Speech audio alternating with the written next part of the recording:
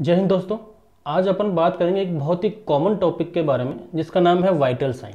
ये एक ऐसा टॉपिक है जो कि सभी मेडिकल स्टूडेंट को, सभी नर्सिंग स्टूडेंट को पता होना चाहिए।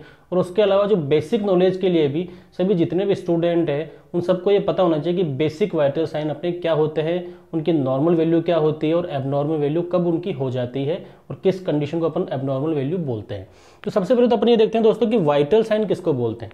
वाइटल साइन या फिर कार्डिनल साइन, ये दोनों वर्ड जहाँ पे आ जाए इनका मतलब एक ही होता है। इसका मतलब ये होता है कि हमारी बॉडी के जो बेसिक फंक्शंस हैं, हमारी बॉडी के जो नॉर्मल काम करने के जो तरीके हैं, बेसिक फंक्शंस क्या है, उसको मेजरमेंट करने का जो तरीका है, उसको मेजरमेंट करने का, इसको मापने का जो पैमाना है, उसको अपन वाइटल साइन बोलते हैं। जैसे कि हमारी बॉडी का टेम्परेचर हो गया, तापमान हो गया, रेस्पिरेशन हो गया, जो अपन श्वास लेते हैं वो हो गया, उसकी रेट हो गई, हार्ट रेट हो गई, अपना ब्लड का प्रेशर हो गया पूरी बॉडी के अंदर। तो ये सारी जो चीज़ें हैं वो अपने वाइटल साइंस में काउंट होती है। इसका मतलब ये है कि हमारी बॉडी के जो बेसिक फंक्शंस हैं वो हम वाइटल साइन में स्टडी करते हैं। इसमें बेसिकली 4 वाइटल साइन अपन पढ़ते हैं। पहला बॉडी टेम्परेचर, दूसरा पल्स रेट, तीसरा रेस्पिरेशन रेट और चौथा ब्लड प्रेशर। तो सबसे पहले अपन स्टार्टिंग करते हैं बॉडी टेम्परेचर से कि मतलब हमारा बॉडी का जो तापमान है वो नॉर्मली कितना होना चाहिए और एबनॉर्मल कंडीशन में कितना हो जाता है। तापमान से मेरा मतलब ये है कि हमारी बॉडी जो हीट को प्रोड्यूस कर रही है, हमारी बॉडी के अंदर जो हीट बन रही है और जो हीट निकल रही है, जो लॉस्ट हो रही है, उसको हमारी बॉडी मेंटेन करके चलती है। तो वो कितना होना चाहिए। नॉर्मल जो अपन देखते हैं ओरली, जब अपन टेम्परेचर लेते हैं थर्मामीटर से, तो ओरली दोस्तों आता है 37 डिग्री सेल्सियस। 37 डिग्री सेल्सियस अपना होता है ओरली, जिसको अपन फ़ारेनहाइट में अगर देखें तो वो होता है 98.6 डिग्री फ़ारेनहाइट। इसको अपन सेंटीग्रेड भी बोल सकते हैं या सेल्सियस भी बोल सकते हैं, लेकिन अभी जनरली इसको सेल्सियस में पढ़ा जाता है, सेंटीग्रेड में नहीं बोला जाता है। पहले सेंटीग्रेड में बोला जाता था, लेकिन अभी ज़्यादातर इसमें बुक्स के अंदर इसको सेल्सियस बोला गया है कि 37 डिग्री सेल्सियस या फिर 98.6 डिग्री फ़ारेनहाइट टेम्परेचर अपना ओरली होता है, जो कि ओरली नॉर्मल टेम्परेचर उसको अपन बोल सकते हैं। जब अपन थर्मामीटर ओरली डालकर टेम्परेचर लेते हैं तो 37 डिग्री सेल्सियस या फिर 98.6 डिग्री फ़ारेनहाइट आना, तो वो नॉर्मल होता है। दूसरा रेक्टल, कि रेक्टल से जो टेम्परेचर अपन नोटिस करते हैं वो कितना आता है कि नॉर्मल होना चाहिए। 37.5 डिग्री सेल्सियस नॉर्मल या फिर 99.6 डिग्री फ़ारेनहाइट। उसके अलावा एक्सिलरी भी अपन टेम्परेचर ले सकते हैं। एक्सिलरी का मतलब कि जो बगल से अपन टेम्परेचर लेते हैं वहां पर जो टेम्परेचर आता है वो आता है दोस्तों 36.4 डिग्री सेंटीग्रेड सेल्सियस, ये आपका हो गया नॉर्मल, या फिर 97.6 डिग्री फ़ारेनहाइट। तो इससे अपने को एक बात पता चलती है कि ओरली जो टेम्परेचर है, ओरली अपने लेने पर 37 डिग्री सेल्सियस आया, रेक्टल में 0.5% बढ़ गया और एक्सिलरी में यहाँ पर 0.6% कम हो गया।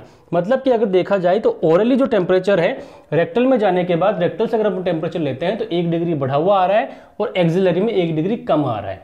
तो ये इस तरीके से अपन याद कर सकते हैं कि ओरल टेम्परेचर, रेक्टल टेम्परेचर और एक्सिलरी टेम्परेचर तीनों के अंदर 1-1 डिग्री का फर्क आ रहा है। तो नॉर्मल अगर आपसे पूछा जाए तो नॉर्मल अपने को बताना है 37 डिग्री सेल्सियस या फिर 98.6 डिग्री फ़ारेनहाइट हमारी बॉडी का नॉर्मल टेम्परेचर है। अब इसको एवरेज रेंज में ले ले अपन कि नॉर्मल रेंज क्या रहेगी। एवरेज रेंज जो कि पूरे औसत अगर इसका निकाला जाए तो 97 से 99 डिग्री फ़ारेनहाइट एक एवरेज रेंज हो जाती है टेम्परेचर की, कि 97 से अगर 99 के बीच में टेम्परेचर आ रहा है किसी का तो वो नॉर्मल टेम्परेचर है उनका। ठीक है। इसके बाद अपन देखते हैं कि कब किस कंडीशन में ये एबनॉर्मल हो जाता है, कि जब ज़्यादा आ जाए 99 से या 97 से कम आ जाए तो उसको अपन क्या बोलेंगे। उसको अपन बोलते हैं दोस्तों, एक तो होता है हाइपरथर्मिया। हाइपर का मतलब होता है किसी चीज़ का इंक्रीज हो जाना, हाइपर का मतलब ज़्यादा हो जाना, थर्मिया का मतलब यहाँ से है टेम्परेचर से। तो हाइपरथर्मिया कंडीशन किसको बोलेंगे, जब 99 डिग्री फ़ारेनहाइट से टेम्परेचर बढ़ जाए।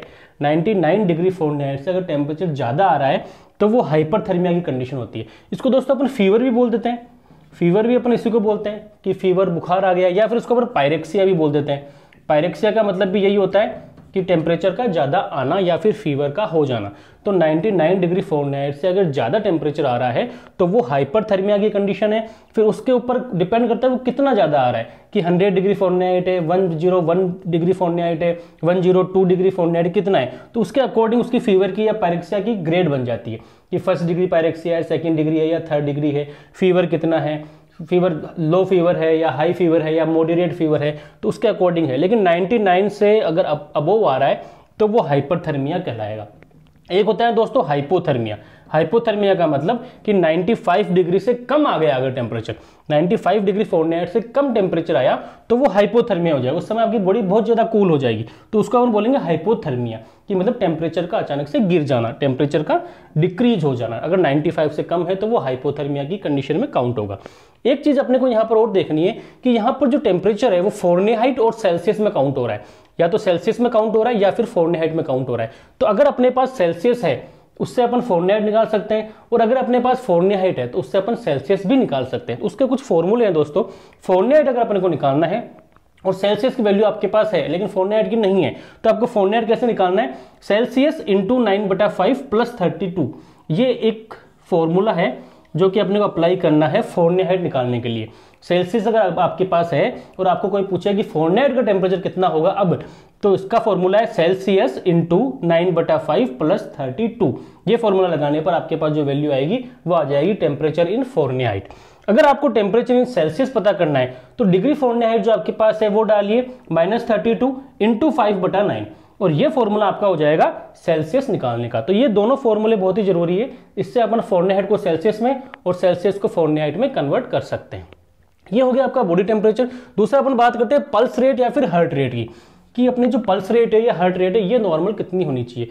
पल्स रेट और हार्ट रेट से मतलब ये है दोस्तों कि अपना हार्ट जो कॉन्ट्रैक्शन करता है, जो ब्लड को बाहर फेंकता है, ब्लड को ओर्टा से आर्टरी में और आर्टरी से पूरे ब्लड जो अपनी बॉडी में जाता है, तो वो ब्लड को कितनी बार फेंकता है 1 मिनट में, उस 1 मिनट में वो कितनी बार कॉन्ट्रैक्शन करता है, कितनी बार बीट करता है, उसको अपन बोलते हैं हार्ट रेट। मतलब कि 1 मिनट में दिल का धड़कना, 1 मिनट में हार्ट का कॉन्ट्रैक्ट करना, 1 मिनट में हार्ट का बीट करना, उसको अपन बोलते हैं हार्ट रेट या फिर पल्स रेट। नॉर्मली ये होती है दोस्तों 60 to 100 बीट पर मिनट।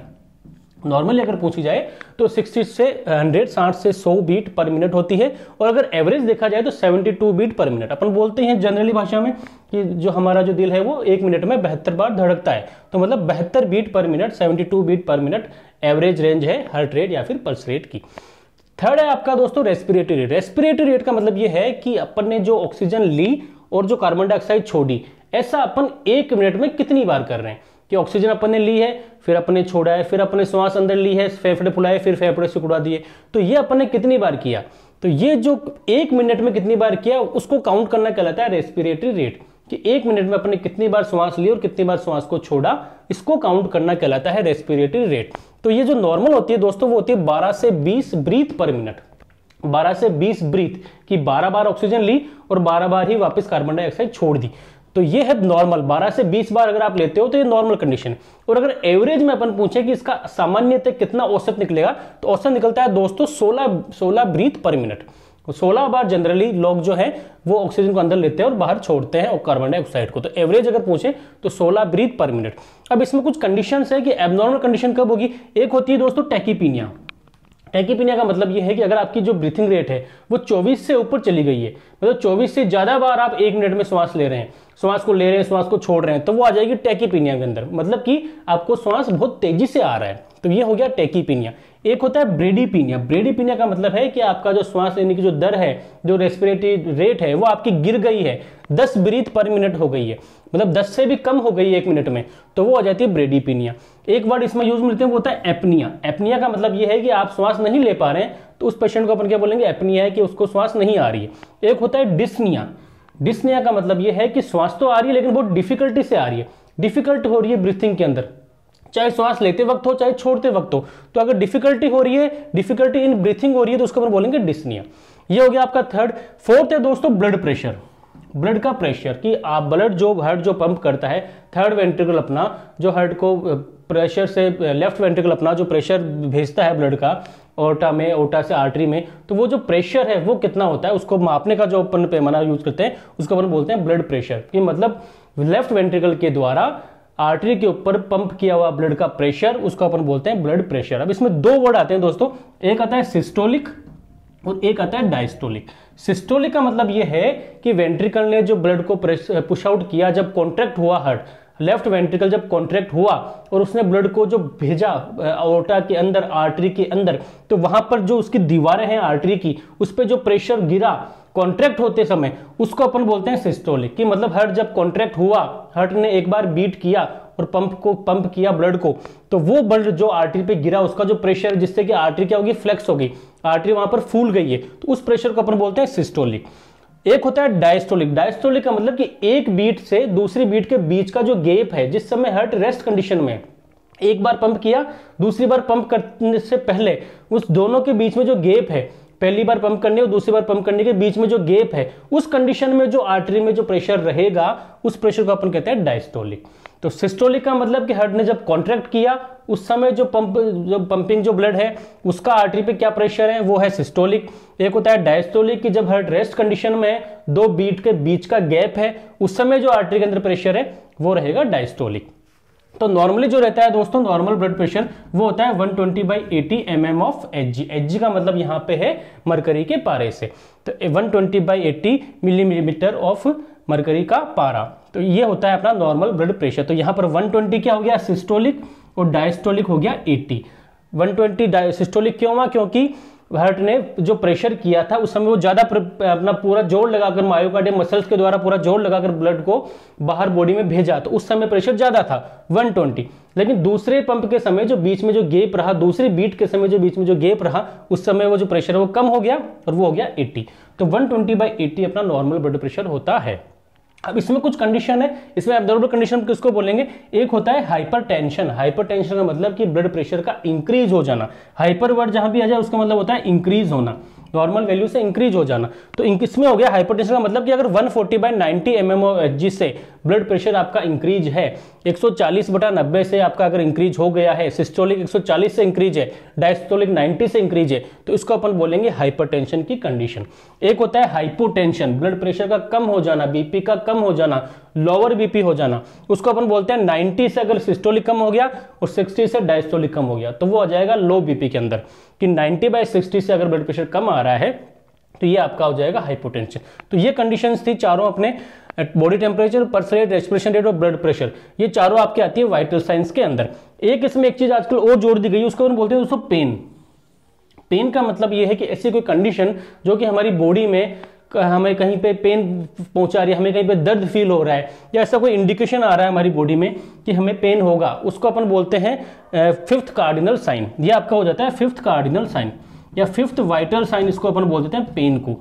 ये पहले इंट्रोड्यूस नहीं था, लेकिन अब इसको वाइटल साइन के अंदर जोड़ दिया गया है कि 4 वाइटल साइन ही नहीं है, एक 5वां और भी है जिसको अपन बोलते हैं पेन। तो हमारी बॉडी में अगर कहीं पे अपने को इरिटेंट महसूस हो रहा है, कहीं पे अपने को पेन फील हो रहा है, कहीं किसी भी टिश्यू में या किसी भी सेल में या किसी भी ऑर्गन में या हमारी स्किन सरफेस पे कहीं भी अपने को पेन फील हो रहा है, तो इसको अपन भी कार्डिनल साइन में ही गिनेंगे, वाइटल साइन में ही गिनेंगे। तो ये है दोस्तों अपना बहुत ही इंपॉर्टेंट एक टॉपिक है जो कि सबको पता होना चाहिए कि वाइटल साइन क्या होते हैं, उनकी नॉर्मल वैल्यू क्या होती है, और उनके बढ़ने और घटने से जो एबनॉर्मल वैल्यू होती है उसको किस किस नाम से जाना जाता है। Thank you.